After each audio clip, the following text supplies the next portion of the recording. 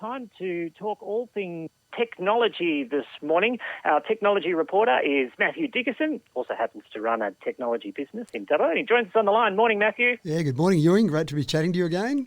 Yes, you too. Let's start with this absolutely fascinating story about using cowpats for energy. It sounds a bit interesting, doesn't it? I'm not sure if I'd want to be in the actual area where they're doing the fermenting of these cowpats, but we know that sometimes cows get a bit of a bad rap when it comes to climate change because of the methane they produce.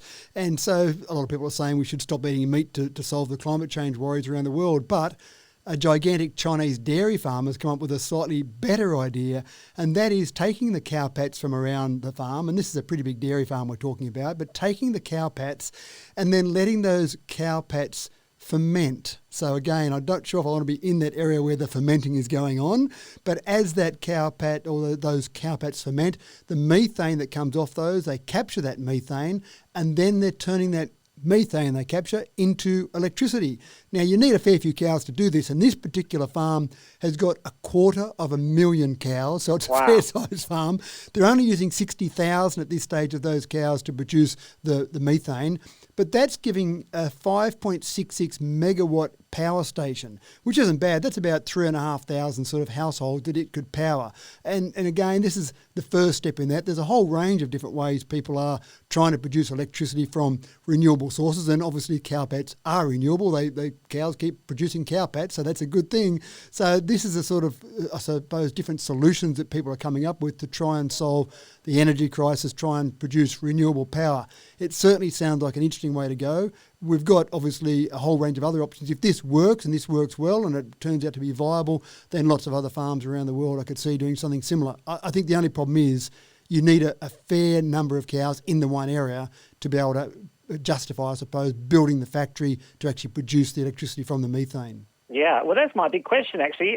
So they've got 250,000 cows, 250,000 cows, but they're only using the poo, the pats, from 60,000 of them. And how offended would you be if you were one of the cows that wasn't having your, what's wrong with mine? That's right, my poo's not good enough for you? Seriously? That's right. Matthew Dickerson's with us this morning talking some of the big stories you may have missed around the technology part of the world over the past week or so. This is a really interesting story, Matthew, about bike tyres, and perhaps the future of inflatable rubber tyres as well. Anybody who's ever ridden a bike knows the pain of having to change a bike tyre by the side of the road, and NASA may have helped solve the problem in the future. Yeah, that's right. And you think about it, NASA is in a pretty good spot to have this problem solved because they don't really want to send off one of their rovers to somewhere like Mars, get a puncture as it's driving around, and then quick, how do we get that puncture repair? Well, just wait a couple of years while we send out a puncture repair kit to you. So they had to come up with a solution to the problem.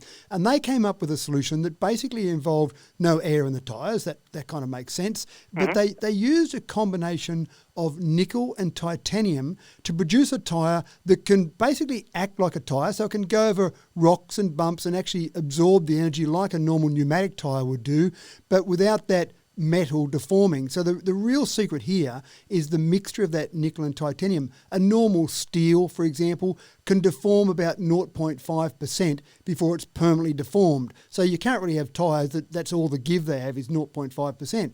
But this mixture of nickel and titanium can deform by 10% before the actual deformation is permanent. So in other words, it can go over rocks and bumps and all sorts of things. The tyre deforms as you would expect it to do, but then it goes back to its original shape.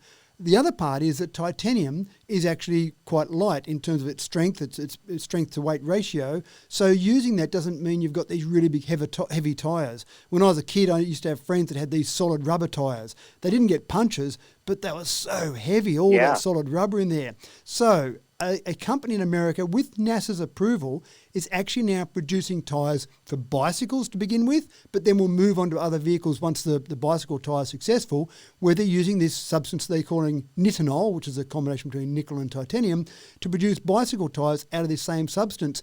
Again, no punches, relatively lightweight, a little bit heavier than normal tyres, but not too bad, but gives all the same properties of deformation that a normal pneumatic tyre would give. So probably by next year we'll be able to buy bicycle tyres made of this substance. So I'm pretty excited by that. Yeah, it actually sounds like it because of the weight concerns. If you're trying to cyclists, keen cyclists try and drop, a gram on their bike, for example. Right. So it sounds like it's the sort of technology that would be really useful on four-wheel drives, for example, too. Yeah, and that's exactly where they're going. When I've read a bit of information about the company, they said they wanted to start on bicycles because they were relatively simple in the whole scheme of things to produce with what they had to actually support. Yeah.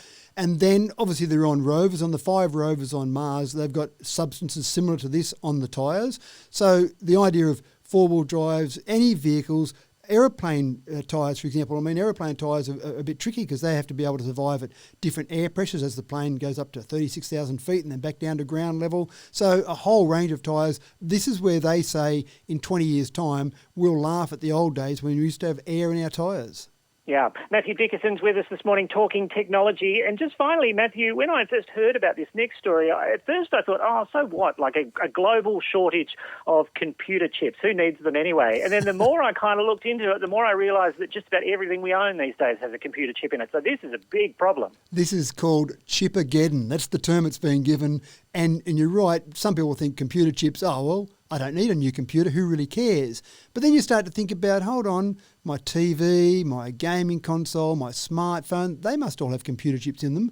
But then the one that is actually really having a big impact at the moment is in motor vehicles. There are some new motor vehicles at the moment where the delay is about 6 months.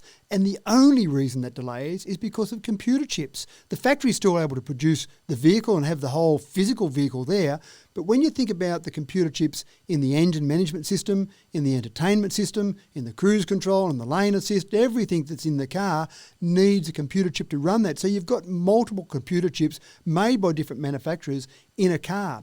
And at the moment, we've got this real perfect storm where you've got some demand increase. So that sounds like a good thing. So chip manufacturers have started to ramp up. But we've had some issues with some of the few, not very many of them, chip manufacturers across the world where they've had either fire or some drought or some transport issues. Even the problem with the Ever Given being stuck in the canal has actually caused a problem getting some of that information or those chips through to the manufacturers.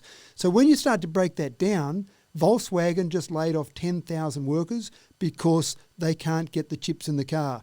Ford in America has said $2.5 billion they're going to lose in the next year just because they can't get cars out the door. So you've got these major manufacturers really impacted by this, and that affects you and I when we go and try and buy a new car, for example.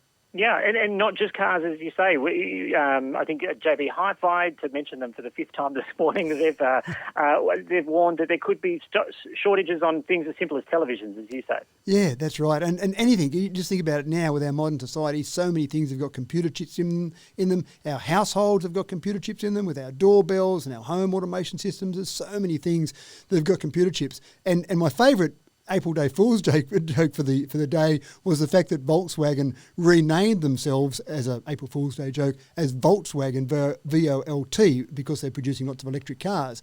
And so I thought that was a very clever April Fool's Day joke, but that probably emphasises how much we are using electricity in our cars now. That's right. And although we were talking about that earlier this morning, Matthew, and noted that there are a number of people that already pronounced it that way. They didn't actually realise that it was Volkswagen to start with. That's when an April Fool's Day joke falls flat, when people don't realise it's a joke, isn't it? Yeah, that's right. Matthew Dickerson, you have a terrific Easter weekend. A joy to talk to you as always. Thank you so much. Thanks, Ewan.